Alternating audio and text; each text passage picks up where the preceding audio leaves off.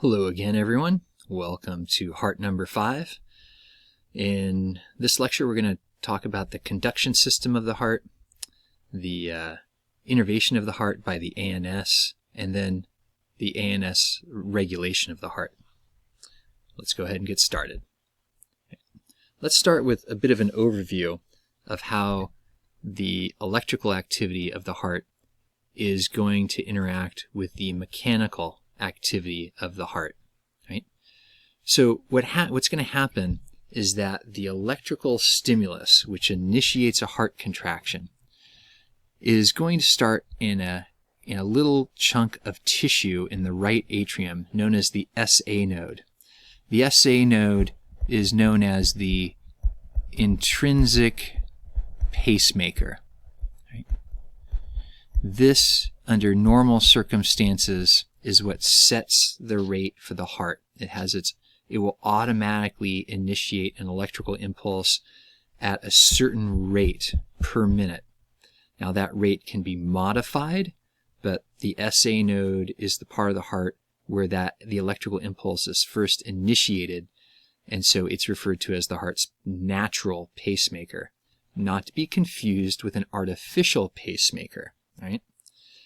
So what's going to happen is the electrical impulse that begins in the SA node is going to be distributed through the heart by the conduction cells as well as from myocardial cell to myocardial cell, and that's going to cause the contraction of the heart. Contraction of the heart is referred to as systole, right? And during systole, what is happening is pressure is generated and blood is ejected from the heart. After the muscle cells have contracted, they do the only other thing that muscle cells can do, and they will relax. And the relaxing of the muscle cells is referred to as diastole. So diastole is the relaxation phase. It is during diastole that the heart refills, right? And so intuitively, we understand and acknowledge the importance of the contraction of the muscle cells because that's what creates the pressure and propels blood. But it's equally important that the heart refill and relax, right? Because if the heart doesn't refill, then it can't pump any more blood out. So the heart is going to refill itself through the relaxation of its muscles. We'll talk more about that when we get to the cardiac cycle lecture, right? Now, when we say the term diastole and systole, if those terms alone are used, we're talking about ventricular diastole, right? To jump ahead a little bit, the atria will contract, and then a split second later, the ventricles will contract. And so technically, there's an atrial systole and a ventricular systole, an atrial diastole and a ventricular diastole, right? But if we're talking about atrial systole or diastole, we will include the word atrial. When you hear the word systole or diastole, that is ventricular diastole and systole. Now, this repeating series of events is known as the cardiac cycle. There are both electrical events and there are mechanical events in this cycle, right? We're going to touch on the electrical component this time.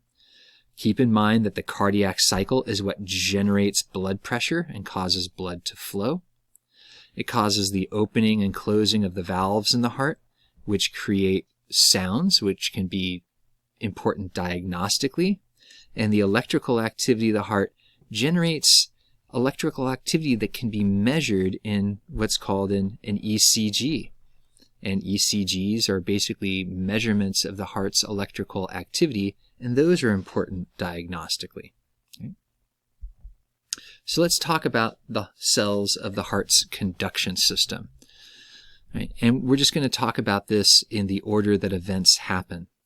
What happens is the electrical activity of a healthy, normal heart begins when the cells of the sinoatrial node depolarize. Right? These are among the cells that are autorhythmic, right? And they normally beat or depolarize at about 100 times or beats per minute. Now, if you're saying, now wait a minute, my heart rate is lower than 100 beats per minute, you're correct. It probably is. I hope it is. So we'll fill in the gaps in a little bit, why a normal resting heart rate is typically below 100 beats per minute. But getting back to it, the electrical impulse begins in the sinoatrial node as the autorhythmic cells depolarize. And then that electrical impulse is going to spread through the atria from one myocardial cell to the other, right? And so there's this wave of electrical activity that initiates a wave of contraction throughout the atria, right? Now, the electrical impulse cannot spread from the muscle cells of the atria to the muscle cells of the ventricle because of the presence of the fibrous skeleton. There's only one electrical or conductile connection between the atria and the ventricles, and that is the atrioventricular node, also known as the AV node. This is a patch of conductile cells on the floor of the right atrium, right, where it meets the right ventricle. And so all the electrical activity that's over here, it comes to a stop when it gets to the fibrous skeleton. This electrical activity comes to a stop. But the electrical activity that reaches the AV node will continue down into the ventricles. The thing is that the cells in this region of the conduction system are narrow. And just like a nerve, the narrower the cells, the slower the electrical impulse travels. And so the electrical impulse travels really slowly as it comes through this area. Think of it like a traffic jam where a 4-lane freeway goes down to 2 lanes. That the slowing of the electrical impulse at this point is important because it gives the ventricles a little bit of time to completely fill with the extra blood that the atria pumped in. The electrical impulse from the AV node travels through a band of tissue called the AV, or the atrioventricular bundle, also called the bundle of His. Then it branches into 2. These are called the bundle branches. There's a left and right bundle branch. We are now inside the interventricular septum. And then that electrical impulse is carried to the apex of the heart. And when you get here to the apex of the heart, the conductile cells kind of do a bit of a U-turn, and they come up here through the outer walls of the ventricles.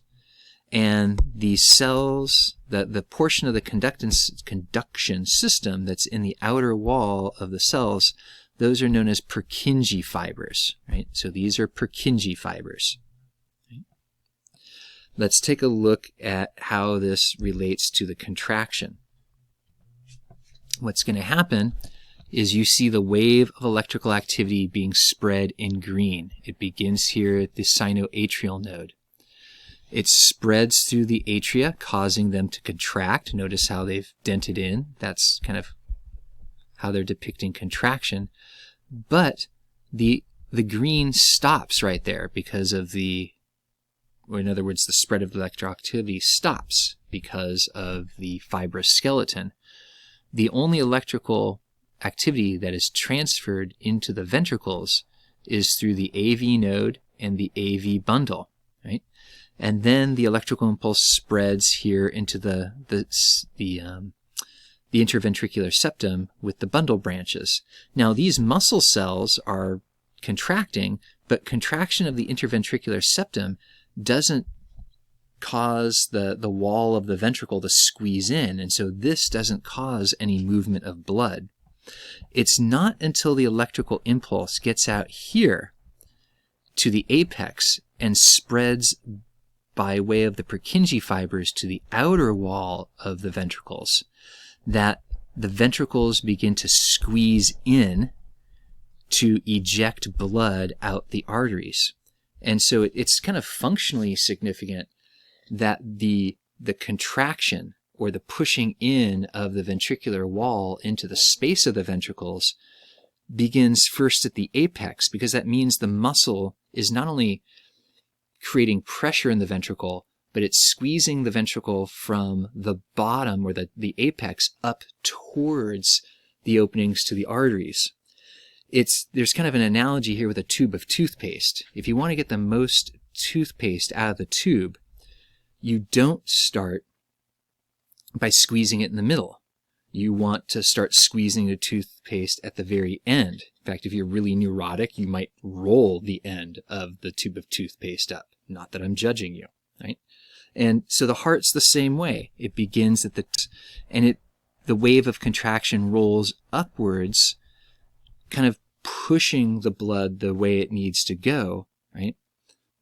Now, that's a bit of a fine point, because keep in mind, the main thing that's propelling the blood is that the volume of the ventricle is going down, which causes pressure to build up, which we'll talk about in the next lecture. So it's 11 minutes. This is a nice bite-sized chunk of information. So I'm going to stop here, and we will talk about the innervation of the heart and ANS regulation in the next video.